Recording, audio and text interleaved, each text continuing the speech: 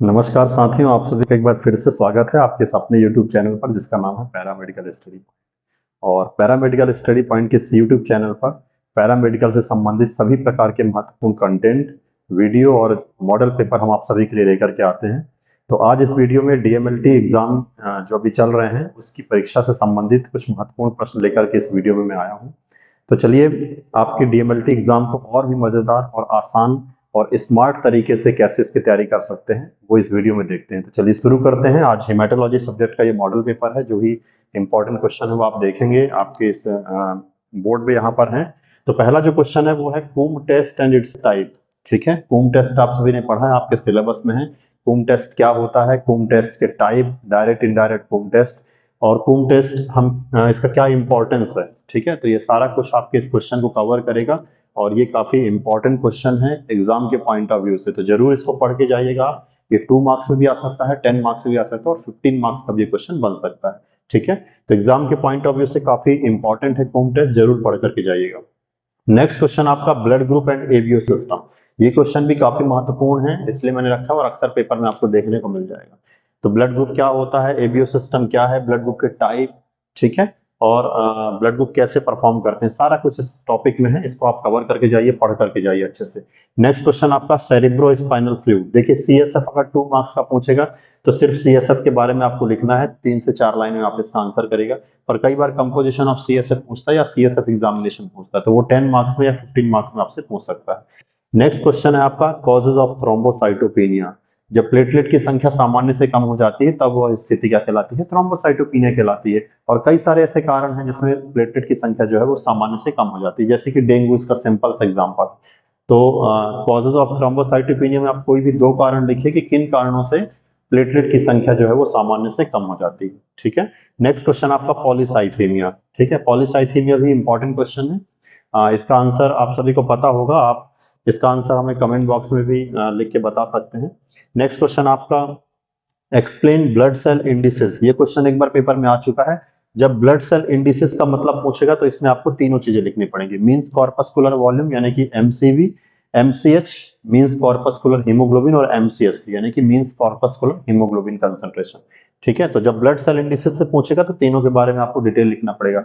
इन सबके full form लिख दीजिए आप, इनकी नॉर्मल रेंज बता दीजिए और ये कब अप एंड डाउन हो सकते हैं उसके बारे में आप बता सकते हैं। ठीक है, और स्पेसिफिक अगर केवल एमसीवी पूछता है या एमसीएच या एमसीएससी तो उसके बारे में भी आप डिटेल कर सकते हैं। नेक्स्ट क्वेश्चन आपका है टाइप्स ऑफ हीमोग्लोबिन। तो हीमोग्लोबिन के टाइप्स के बारे में आपको लिखना पड़ेगा। हीमोग्लोबिन जनरली कई बार एबनॉर्मल हीमोग्लोबिन पूछता है या नॉर्मल हीमोग्लोबिन, तो इसके टाइप्स के बारे में आप जरूर लिखें, पढ़ करके जाइए। अच्छा ये क्वेश्चन है एक, है ना।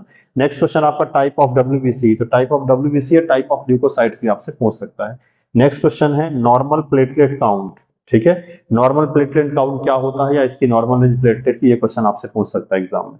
नेक्स्ट क्वेश्चन आपका लिक्विफिकेशन टाइम ऑफ सीमेन। ठीक है, इसमें भी जनरली आपको केवल टाइम लिखना है, इसका नॉर्मल वैल्यू लिखना है, लिक्विफिकेशन टाइम कितना होता है। नेक्स्ट क्वेश्चन आपका 11 नंबर का name stain used in haematology. Haematology में यूज किए जाने वाले स्टेन के आपको नाम लिखना है। नेक्स्ट क्वेश्चन आपका types of cast and crystal in urine. ठीक है, तो यूरिन में जो क्रिस्टल और कास्ट होते हैं उनके टाइप के बारे में आपसे पूछता है। ये क्वेश्चन एक बार एग्जाम में आ चुका है और इंपॉर्टेंट क्वेश्चन है। ठीक है, तो ये 12 क्वेश्चन हो गए। नेक्स्ट 13 नंबर का क्वेश्चन आपका कॉजेज ऑफ इओसिनोफिलिया एंड न्यूट्रोफिलिया। जब न्यूट्रोफिल की संख्या सामान्य से अधिक हो जाती है तब वह स्थिति न्यूट्रोफिलिया कहलाती है, और जब इओसिनोफिल की संख्या सामान्य से अधिक हो जाएगी तब वह स्थिति इओसिनोफिलिया कहलाएगी। अब इनके कारण कि ये किस कारण से होता है, तो क्वेश्चन जो पूछ रहा है कॉजेज ऑफ इओसिनोफिलिया, इओसिनोफिलिया होने के क्या कारण होते हैं, इओसिनोफिल की संख्या सामान्य से किन किन स्थितियों में बढ़ जाती है, तो वो कारण के बारे में आपको लिखना, उसे कॉज लिखना इओसिनोफिलिया का। ठीक है, नेक्स्ट क्वेश्चन आपका 14 नंबर का एक्सप्लेन सीमन एग्जामिनेशन। देखिए ये क्वेश्चन अगर सीमन एग्जामिनेशन आपसे पूछेगा तो ये 10 मार्क्स का क्वेश्चन पूछ सकता है। ठीक है, तो ये इंपॉर्टेंट है, कहीं पर सीमन इसके पहले भी आया है। लिक्विफिकेशन टाइम मैंने बताया था यहाँ पे। तो सीमन एग्जामिनेशन को अगर एक्सप्लेन करने के लिए बोलेगा तो 10 मार्क्स या 15 मार्क्स में आपसे पूछेगा। ठीक है, नेक्स्ट क्वेश्चन आप 15 नंबर का है name blood components and their functions. देखिए ब्लड बैंकिंग में ब्लड कंपोनेंट का बहुत इंपॉर्टेंट है, अलग अलग कंपोनेंट तैयार करते हैं, प्लेटलेट पीआरपी तैयार करते हैं, ठीक है, पैक्सेल तैयार करते हैं आरबीसी का, और काफी सारे कंपोनेंट्स जो रेडी करते हैं, तैयार करते हैं। तो इसके बारे में आप जरूर पढ़िएगा और उनके क्या फंक्शन होते हैं, तो कम से कम 2-2 फंक्शन तो जरूर इनके बारे में लिखिए। ठीक है।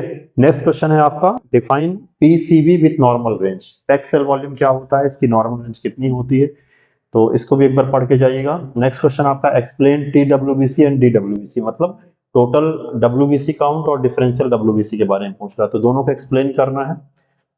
इसका सटीक आंसर लिखेगा, बहुत ज्यादा डिटेल नहीं होगा। 10 मार्क्स से पूछेगा तो बहुत ज्यादा डिटेल भी नहीं लिखना आपको, मार्क्स के हिसाब से, शब्द सीमा के हिसाब से ही आप इन क्वेश्चन का आंसर करिएगा, ठीक है। वरना आप टीडब्ल्यूबीसी और डीडब्ल्यूबीसी लिखने बैठेंगे तो 10 पेज 15 पेज भर रहे हैं, उसमें आपको नंबर, तो जो मार्क्स 10 नंबर है उससे ज्यादा मिलने नहीं है आपको, तो आपका जो समय है वो खराब होगा। तो 10 मार्क्स से क्वेश्चन अगर पूछता है तो इसको आप समराइज करके इसको ऐसा आंसर लिखिए कि जितनी शब्द सीमा में आपसे पूछ रहा है उतने में आपका आंसर पूरा हो जाए, ठीक है। नेक्स्ट क्वेश्चन आपका नेम टू इंटेस्टाइनल पैरासाइट। दो पैरासाइट के नाम लिखना है जो इंटेस्टाइन में पाए जाते हैं, ठीक है। इंटेस्टाइनल पैरासाइट के नाम लिखने हैं। नेक्स्ट क्वेश्चन आपका कंपोजिशन ऑफ सीएसएफ। सीएसएफ देखिए मैंने बताया था इसके पहले आपको, तो सीएसएफ जो है वो 3 बार पेपर इसमें इंपॉर्टेंट क्वेश्चन में रखा हुआ, मतलब सीएसएफ जो है ये बहुत इंपॉर्टेंट क्वेश्चन है, इसको जरूर पढ़ के जाइएगा आप, ठीक है। नेक्स्ट क्वेश्चन आपका explain preparation and staining of blood film. एक ब्लड स्मीयर को स्टेन करने का, प्रिपेयर करने का क्या मेथड होता है और किस तरह से हम उसको स्टेन करते हैं, प्रिपेयर करते हैं, ये सारा कुछ आपको एक्सप्लेन करना पड़ेगा अगर पेरीफेरल ब्लड फिल्म के बारे में है या पेरीफेरल ब्लड स्मीयर के बारे में आपसे पूछता है तो, ठीक है।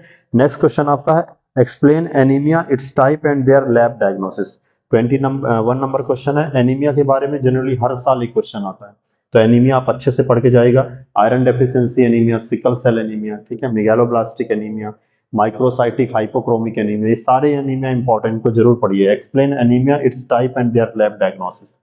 नेक्स्ट क्वेश्चन आपका explain leucopoiesis type of WBC and its function. Leucopoiesis क्या होता है, डब्ल्यूबीसी कितने प्रकार की होती है और इसके फंक्शन के बारे में आपको लिखना है, ठीक है।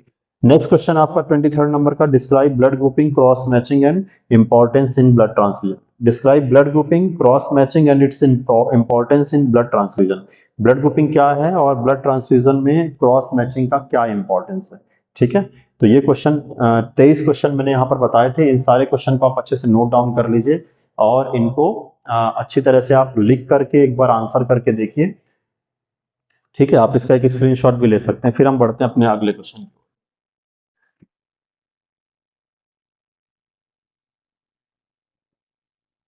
तो नेक्स्ट जो 24 नंबर का क्वेश्चन है वो है name 2 test used in urine protein determination, ठीक है। जब हम यूरिन प्रोटीन का डिटर्मिनेशन करते हैं या यूरिन में प्रोटीन की उपस्थिति का पता लगाते हैं तो किस टेस्ट का उपयोग करते हैं, किस टेस्ट के द्वारा हम यूरिन में प्रोटीन की उपस्थिति का पता लगाते हैं, ठीक है। तो ये क्वेश्चन भी इंपॉर्टेंट है।